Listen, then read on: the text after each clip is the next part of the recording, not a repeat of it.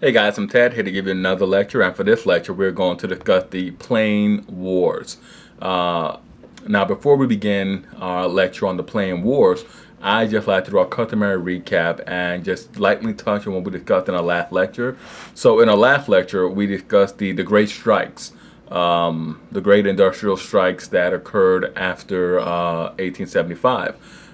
Namely the Great Railroad Strike of 1877, which began in West Virginia but spread to various major urban centers, major urban and railroad centers in the Republic, namely to Baltimore, St. Louis, and of course Pittsburgh. Uh, we also discussed the Homestead Strike, which after it failed cast a very long pall over the unionizing attempts of steel workers. Indeed, from it would be about 60, almost 50, almost 60 years before steel workers were able to sort of regain the momentum that they had going into 1894. Before they would be able to gain any sort of recognition or the right to seek better working conditions. And lastly, we discussed the Ludlow Massacre. Now, this massacre, this strike, led by immigrant workers in Colorado, sort of spurred the federal government to take a more pro-striker stance after some of the more gruesome aspects of what the government had done. Well, not what the government had done, but what the company had done. And I guess you can say the state government as well. The state government of Colorado had sent in the militiamen that committed a lot of atrocities against the strikers and their families. All right, and with that being said, let's dive right into our next lecture topic, and that will be the Plane Wars. Now, the technological advantage that the European American settlers had over the Native Americans living on the plains was vast to begin with. But the completion of the transcontinental railway made it possible, made it really impossible for the natives on the plains to continue their way of life. It was now possible for settlers and their backers to subvert any resistance from the natives. In the 1870s, the buffalo herds were near extinction, and this was done, that they were hunted to near extinction, and this was done primarily to undermine the native people's way of life. But this was also done for food and for hides. Now, the eagerness for land made treaties between the United States and native groups hard to enforce. This was especially true regarding the Black Hills of South Dakota, where treaties were violated after the discovery of gold. Now, the peoples of the plains were warrior societies, peoples like the Sioux and the Cheyenne especially. They were tough, capable fighters, but in recent times they've really been romanticized into the figures that lived in perfect harmony with each other and in nature. Now, this is the very misleading view. To be certain, they were able to set aside their differences and ally with one another. And when they did so, they were able to accomplish great things. For example, when they set aside the differences, they were able to achieve a great victory over George Custer at Little Bighorn in 1876. But even that victory was hollow. And really, Little Bighorn was to prove to be the last significant victory won by Native peoples against the United States. Afterwards, the United States Army increased its actions against the Native peoples of the Americas, and within a year, all Native resistance was really broken. Now, after 1877, there were no grand campaigns, just isolated affairs, such as the campaign against the Apache chief Geronimo, the reservation system, the native reservation system that had been initiated way back after the conclusion of the Powhatan Wars that we discussed way earlier in our lecture series on colonial Virginia. The reservation system continued throughout the centuries, and with various areas being made accessible through treaties to native peoples after their removal from their ancestral lands. Now, after the last campaigns in 1877, reservations in the West became a permanent part of native life. The Sioux, the Cheyenne, and the Arapaho were hunters and gatherers. Their way of life was centered on the great buffalo herd that migrated across the plains. Long before the arrival of Europeans into their homelands, though, the native people's lives were fundamentally altered by the horse. Horses are not indigenous to the United States or the Americas. The first horses were brought over by the Spanish conquistadors. The conquistadors had no fences, and so groups of horses periodically escaped from their Spanish owners. And slowly over time, these horses began to coalesce, and they really thrived in the wild, and they grew very rapidly.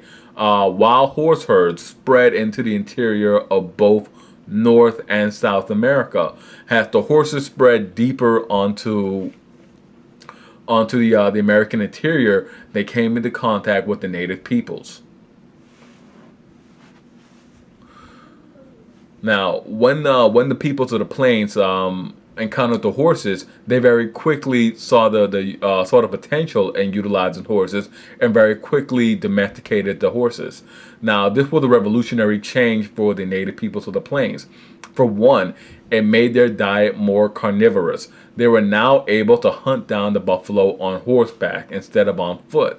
They also came into contact with each other more frequently because of their increased mobility. Now this increased contact brought both greater friction between both groups, but also allowed for trade opportunities between both groups. Now, before the coming of the Civil War, it was really a foregone conclusion to many people in the eastern portion of the United States that the plains native way of life was in jeopardy and would potentially be eclipsed by further westward expansion. And many flocked to the western plains to get a glimpse of life out on the west, on the plains, before the native way of life was eclipsed. One adventurer who went to the west to live amongst the native peoples of the plains was an adventurer named Francis Parkman. Now Parkman lived with a band of Sioux and recorded their daily life in a diary that he kept with him, that he had at the time. Now, his observation is gendered by the language of his time, but it does provide a keen insight into the habits and practices of the Sioux, namely the significance of the buffalo, which not only provided the food necessary to sustain the people, but also provided clothing and the material they used for their shelter. Buffalo hides were used to make teepees and clothing. Now, the Sioux had a very curious method of curing the buffalo hides. They would peg down the hide on the ground and smear the buffalo's brains on the hide. The brain of the buffalo had a curing property that enabled the leather to be very tough, weathered, and really capable of enduring multiple use on the open plains. Now, the natives were very eager to gain possessions of guns, and they did so whenever they could. Guns were very useful in tribal warfare. The natives could not repair the guns or manufacture ammunition on the plains. Now, this led them to develop a more economic relationship with traders. Now, to obtain guns and ammunition, the native peoples had to more actively engage in the fur trade. Now, this led to a dependence on manufactured goods. Many of the native groups on the plains had almost completely been annihilated by disease, with diseases such as smallpox and the measles just running through their population, just decimating them. And at the same time that that disease was really hitting them, the Oregon Trail was being pioneered in the 1840s. Now, the Oregon Trail opened up vast hinterlands of the Western Plains to settlement and travel, but also brought the Plains people into direct and frequent contact with settlers from the United States. This was a change, a very fundamental and very drastic change for the native peoples. All previous contact had been with fur trappers, traders, and explorers. The natives lived in small communities and were in awe at how many settlers there were. The shock was mutual. The natives would also want goods like coffee or biscuits, simple things that they themselves were not capable of producing. And the settlers who were traveling were coming from places like Illinois and Kentucky, and they were horrified to encounter Native Americans. To them, the natives seemed like uncivilized madmen, crazy people living out in the wilderness. Now, this provided a temporary boost to the natives who were losing ground very quickly to the settlers. The decks were stacked against the natives. They were at a disadvantage, being highly susceptible to disease, and they possessed inferior technology, and most damning of all, they had fewer numbers. The United States government policy also really didn't help things on the plains. The government policy was really manic. It went from trying to annihilate the peoples on the plains to trying to confine them to reservations with treaties. William Sherman, who became the overall military commander of the United States after 1869, favored destroying their way of life altogether. Sherman very astutely realized that if the buffalo herds were destroyed, the natives' way of life would fall apart. So during the early 1870s, buffalo hunters moved out onto the plains to drive down the buffalo populations. They approached this economically with hides. At the time, hides were very profitable, so they could kill as much buffaloes as they can and make as much money as they can from the hides. Buffalo hides made great quality leather; they still do. Buffalo leather was also becoming a very popular in the use of fan belts in the factories that were being developed. While buffalo tongue had become a delicacy among people back in the East. So with the more accurate rifles, a hunter could fall more than 100 buffalo a day. More than 100 animals could be killed a day by a single hunter. These new hunters, they also learned how to turn the herds into a milling circle, and in this way they could bring down animals in less time. Now this escalated the number of buffalo kills per day, and much of the buffalo carcasses were simply left to rot on the plains.